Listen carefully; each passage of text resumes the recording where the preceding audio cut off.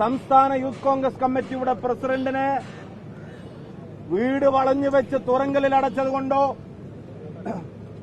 ജാമ്യം നിഷേധിച്ച് ജയിലറയിലേക്ക് തള്ളിയതുകൊണ്ടോ അദ്ദേഹം ആഹ്വാനം ചെയ്യുന്ന സമര പരമ്പരകൾ കേരളത്തിന്റെ മണ്ണിൽ നിന്നുപോകുമെന്ന് പിണറായി വിജയനും ഗോവിന്ദൻ മാഷും മന്ത്രി പുങ്കവന്മാരും പോലീസിന്റെ തലപ്പത്തിരിക്കുന്നവന്മാരും ആരെങ്കിലും ധരിക്കുന്നുണ്ടെങ്കിൽ അത് നടപടിയാവില്ല.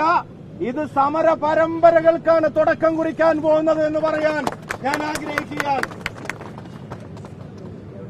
ജോസഫ് മാഷിന്റെ കൈവെട്ടിയ ക്രിമിനലിനെ വീട് വളഞ്ഞു വെച്ച് അറസ്റ്റ് ചെയ്തതിന്റെ വാർത്തകൾ ഇന്ന് കണ്ടു. അതുപോലെ വേണോ യൂത്ത് കോൺഗ്രസിന്റെ സംസ്ഥാന പ്രസിഡന്റിനെ, ഒരു പൊതുപ്രവർത്തകനെ, ഡേ ലൈറ്റിൽ നിങ്ങളുടെ മുമ്പിലുള്ള ഒരാളെ, ഈ കന്റോൺമെന്റ് സ്റ്റേഷന്റെ പരിധിയിൽ തന്നെ കഴിഞ്ഞ 2 ആഴ്ചക്കാലമായി പലതവണ വന്നിട്ടുള്ള ഒരാളെ, നിങ്ങളുടെ ഡിജിപിയുടെ ഓഫീസിലേക്ക് മാർച്ച് നടത്തിയ കോൺഗ്രസിന്റെ സംഘത്തിലുണ്ടായിരുന്ന ഒരാളെ, തിരുവനന്തപുരത്തും കൊല്ലത്തും പൊതുപരിപാടികളിൽ പങ്കെടുത്ത ഒരാളെ 5:30 മണിക്ക് വീട് വളഞ്ഞു വെച്ച് വീട്ടുകാരെ ഭയപ്പെടുത്തി, പ്രായമായ അമ്മയെ ഭയപ്പെടുത്തി നിങ്ങൾ നടത്തിയ അറസ്റ്റ് നാടകത്തിന്റെ ഉദ്ദേശം ഒരു മെസ്സേജ് യൂത്ത് കോൺഗ്രസിന്റെ പ്രവർത്തകർക്ക് കൊടുക്കുക എന്നായിരിക്കണം. എന്ന് വെച്ചാൽ സംസ്ഥാന പ്രസിഡന്റിനെ ഇങ്ങനെയാണ് ഞങ്ങൾ അറസ്റ്റ് ചെയ്തത്, വീട്ടിൽ കയറി വന്ന് അറസ്റ്റ് ചെയ്തു. അതുകൊണ്ട് തന്നെ ബാക്കിയുള്ള പ്രവർത്തകനും നോക്കിയിരുന്നോ എന്നുള്ളതാണ് നിങ്ങളുടെ മെസ്സേജ് എങ്കിൽ രാഹുൽ മാങ്കൂട്ടത്തിൽ തനിച്ചല്ല, കേരളത്തിലെ 10,000-കണക്കിന് യൂത്ത് കോൺഗ്രസ് പ്രവർത്തകർ അറസ്റ്റും കാത്തിരിക്കുകയാണ്. സമര പരമ്പരകളിലൂടെ നിങ്ങളുടെ ജയിലറകൾ നിറക്കാൻ അവർ തയ്യാറാണെന്ന് പറയാൻ ഞങ്ങൾ ഈ അവസരം വിനിയോഗിക്കുകയാണ്. ചില പോലീസ് ഏമാന്മാരോട് ഞാൻ ആദ്യമേ ഒരു കാര്യം പറയാൻ ആഗ്രഹിക്കുന്നു. പ്രത്യേകിച്ച് എന്റെ പേരുള്ള ഒരുത്തന്റെ ചില പോക്രിത്തരങ്ങൾ ഇന്നലെ വിഷ്വലിൽ കാണാൻ സാധിച്ചു. ഇവിടുത്തെ SHO ആയിരുന്ന ഒരുത്തൻ രാഹുൽ മാങ്കുട്ടത്തിന്റെ കോളറിൽ പിടിച്ചു തള്ളുന്നു, കഴുത്തിന് വളഞ്ഞിട്ട് പിടിക്കുന്നു. അയാളോട് ഒരു കാര്യം, മീഡിയയാണ്, ലൈവുണ്ട്, നിന്റെ തമ്പ്രാക്കൽ ക്ലിഫ് ഹൌസിൽ ഇരുന്ന് കണ്ട് അത് തൃപ്തിപ്പെടുന്നുമെന്ന് വിചാരിച്ചുള്ള നാടകമാണെങ്കിൽ അത് യൂത്ത് കോൺഗ്രസ് പ്രസിഡന്റിന്റെ നെഞ്ചത്തേക്ക് വേണ്ട. കൈവെട്ടും കാലുവെട്ടും എന്നൊന്നും ഞങ്ങൾ പറയുന്നില്ല, ഞങ്ങളുടെ രീതിയല്ല.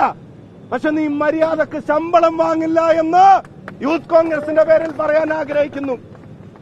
പിണറായി വിജയന്റെ തൃപ്തിയാണ് നിനക്ക് ആവശ്യമെങ്കിൽ, പിണറായി വിജയൻ അടിമപ്പണിയെടുക്കാനാണ് ഉദ്ദേശിക്കുന്നതെങ്കിൽ അവിടുത്തെ പേരക്കുട്ടിക്ക് പാലും ബിസ്ക്കറ്റും വാങ്ങിയാൽ മതി.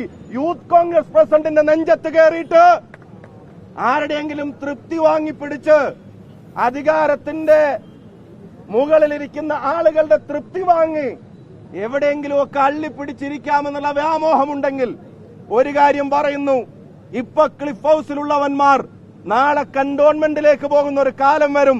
അത് മറക്കണ്ട എന്ന് ഷാഫി ഉൾപ്പെടെയുള്ള മുഴുവൻ പോലീസുകാരോടും, പോലീസിന്റെ പണിയെടുക്കുന്നവരോട് ഞങ്ങൾക്ക് പരാതിയില്ല, പക്ഷെ CPMന്റെ അടിമപ്പണിയെടുക്കുന്നവരോട് പറയാൻ ഞങ്ങൾ ആഗ്രഹിക്കുകയാണ്.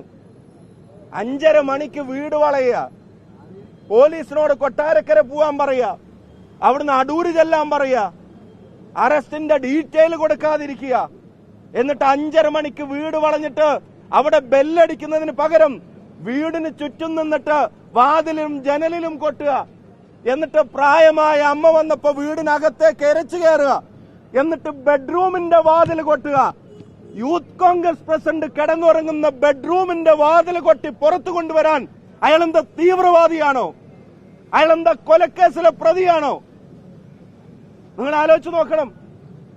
ഞങ്ങൾ ആരും അറസ്റ്റിനെ ഭയപ്പെടുന്നവരല്ല, ഒരു തെറ്റിദ്ധാരണയും വേണ്ട. രാഹുൽ 4ാം പ്രതിയാണെങ്കിൽ കേസിലെ 2ാം പ്രതിയാണ്. പിണറായി വിജയന്റെ ഓഫീസിന്റെ മൂക്കിന്റെ തുമ്പത്ത് നിന്ന് സംസാരിക്കുന്നത് അറസ്റ്റ് ചെയ്യാൻ, അറസ്റ്റ് ഭരിക്കാൻ ഞങ്ങൾ ഒരുക്കമാണ്. നിങ്ങളൊരു ആനുകൂല്യവും വേണ്ട, നിങ്ങളൊരു ഇളവുകളും വേണ്ട. നിങ്ങളുടെ പ്രോസിക്യൂട്ടർ ഇന്നലെ കോടതിയിൽ നിന്ന് പുറത്തു വാങ്ങി ഒരു രാഷ്ട്രീയ പത്രസമ്മേളനം നടത്തിയത് കണ്ടു.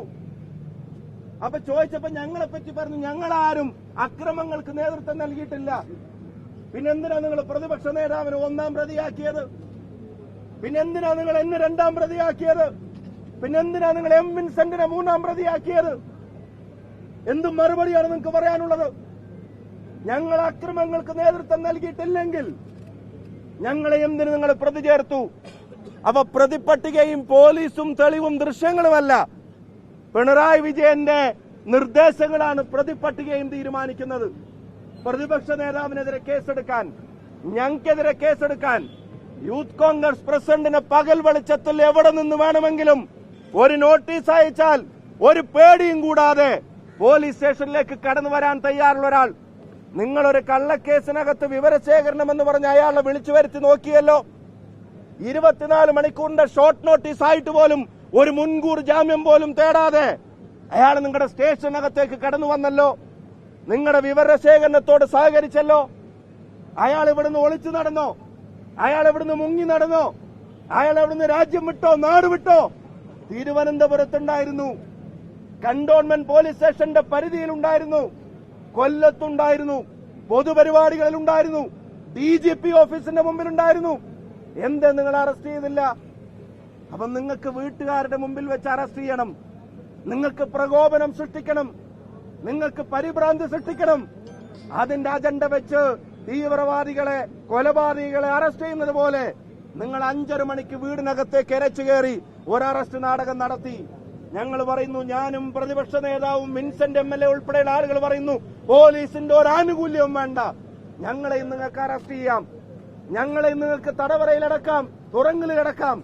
അതുകൊണ്ടൊന്നും യൂത്ത് കോൺഗ്രസിന്റെ പോരാളികളുടെ സമരവീര്യം കെട്ടുപോകുമെന്ന് നിങ്ങൾ ധരിക്കുന്നുണ്ടെങ്കിൽ യൂത്ത് കോൺഗ്രസിന് നേതൃത്വം നൽകുന്നത് കുണുവാവകളല്ല, രാഹുൽ മാങ്കൂട്ടത്തിലാണ് എന്ന് ഇവര് മനസ്സിലാക്കണം.